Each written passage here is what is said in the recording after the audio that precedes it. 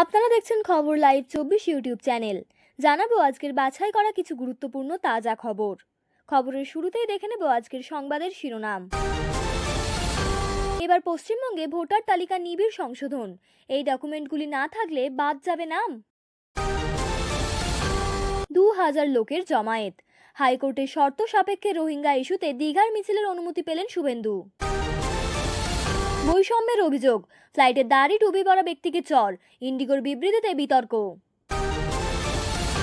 আমাদের পাড়া আমাদের সমাধান প্রকল্পে মিলবে কি কি পরিষেবা, তালিকা প্রকাশ করল নবান্ন।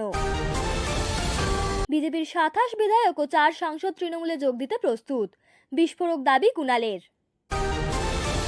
প্রধানমন্ত্রী কিষাণ সম্মান নিধির 20তম কিস্তিতে নয়া চমক মোদির।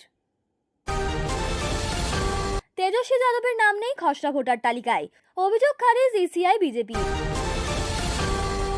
আমেরিকা রাশিয়া উত্তেজনায় মহা বিপদে ভারত, তেল কিনতে ঘাম ছুটবে ভারতীয়দের।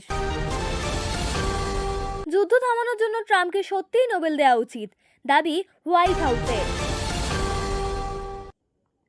ইংল্যান্ডে মাত্র 3 টেস্ট, এশিয়া কাপেও অনিশ্চিত বুমরার। শিরোনামে ভোটার তালিকায় নিবিড় সংশোধন, দেশ জুড়ে এই নিয়ে চলছে বিতর্ক। সম্প্রতি বিহারের ভোটার তালিকা সংশোধনের সময় লক্ষ লক্ষ নাম বাদ পড়েছে, আর এবার পশ্চিমবঙ্গে এমনই প্রতিক্রিয়া হতে শুরু করেছে। প্রশ্ন উঠেছে, এই নথিগুলি না থাকলে তালিকা থেকে বাদ যাবে নাম। দেশ জুড়ে একদিকে সিএএ ও এনআরসি নিয়ে বিতর্ক, আর তার মধ্যেই পশ্চিমবঙ্গে শুরু হতে চলেছে স্পেশাল ইনসেন্টিভ রিভিশন 2025, অর্থাৎ ভোটার তালিকায় নিবিড় সংশোধন প্রক্রিয়া। নির্বাচন কমিশনারের নির্দেশে আগস্ট মাস থেকে রাজ্য জুড়ে বিএলওদের মাধ্যমে এই প্রক্রিয়া শুরু হতে চলেছে, আর এই সংশোধনের বড়সড় প্রভাব পড়তে পারে বহু ভোটারদের উপর, বিশেষ করে যাদের নাম এখনো পর্যন্ত ডকুমেন্টে ঠিক করে নেই। সাপেক্ষে দীঘার মিছিল করার অনুমতি পেলেন রাজ্য বিরোধী দলনেতা শুভেন্দু অধিকারী। রোহিঙ্গা ইস্যুতে পূর্ব মেদিনীপুরের দীঘায় মিছিল করার ইচ্ছে প্রকাশ করেছিলেন শুভেন্দু। প্রশাসন থেকে অনুমতি পাওয়া যাবে কিনা সেই বিষয়ে প্রশ্ন উঠেছিল। রাজ্যের বিরোধী দলনেতা কলকাতা হাইকোর্টে এই ইস্যুতে দ্বারস্থ হয়েছিলেন। কলকাতা হাইকোর্টে এদিন মিছিলের অনুমতি দিল। বাংলায় রোহিঙ্গারা থাকছে। শুভেন্দু অধিকারী সহ রাজ্যের বিজেপি নেতারা এই অভিযোগ তুলে সুর চড়িয়েছেন। রাজ্য রাজনীতিও এই ইস্যুতে উত্তপ্ত হয়েছে। রোহিঙ্গা ইস্যুতে দীঘায় মিছিলের ডাক দিয়েছিলেন শুভেন্দু। সেই অনুমতির জন্যই কলকাতা হাইকোর্টের দ্বারস্থ হয়েছিলেন বিজেপি নেতা। বিচারপতি তীর্থঙ্কর ঘোষের এজলাসে এই আবেদনের শুনানি হয়। মুম্বাই থেকে কলকাতা যাচ্ছিল ইন্ডিগো এয়ারলাইন্স 6E138 ফ্লাইট। সেই ফ্লাইটের ভেতরেই দাড়ি ও টুপি পরা এক যাত্রীকে এক সহযাত্রী চড় মারেন। ঘটনাটির ভিডিও সামাজিক যোগাযোগের মাধ্যমে ভাইরাল হওয়ার পরই তীব্র সমালোচনার মুখে পড়েছে ইন্ডিগো এয়ারলাইন্স। ভিডিওতে দেখা যাচ্ছে অসুস্থ এক যাত্রীকে কেবিন ক্রু সহায়তা করছেন। ঠিক তখনই অন্য এক যাত্রী তাকে চড় মারেন। ভিডিওতে চড় মারার পর অভিযুক্ত যাত্রীকে বিপর্যস্ত ও কন্দনরত অবস্থায় দেখা যায়। এক সহযাত্রী থাপ্পড় মারা ব্যক্তিকে প্রশ্ন করলে তিনি উত্তর দেন, তার কারণে আমাদের সমস্যা হচ্ছিল।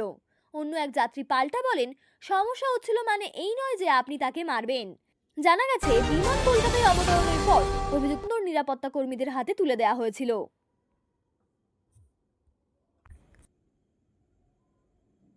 রাজ্য জুড়ে ফের এক বড় সড় জনসংযোগ কর্মসূচি শুরু করল রাজ্য সরকার।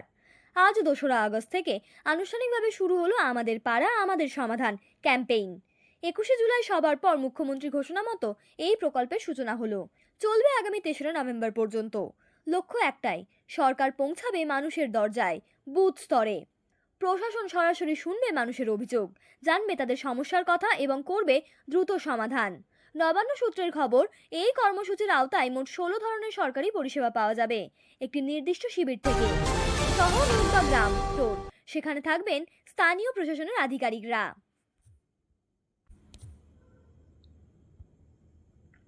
2026 সালের বিধানসভা নির্বাচন যত এগিয়ে আসছে, ততই রাজ্য রাজনীতিতে দলবদলের উত্তাপ বাড়ছে। সেই উত্তাপ আরও বাড়িয়ে তুললেন তৃণমূল কংগ্রেসের মুখপাত্র কুণাল ঘোষ।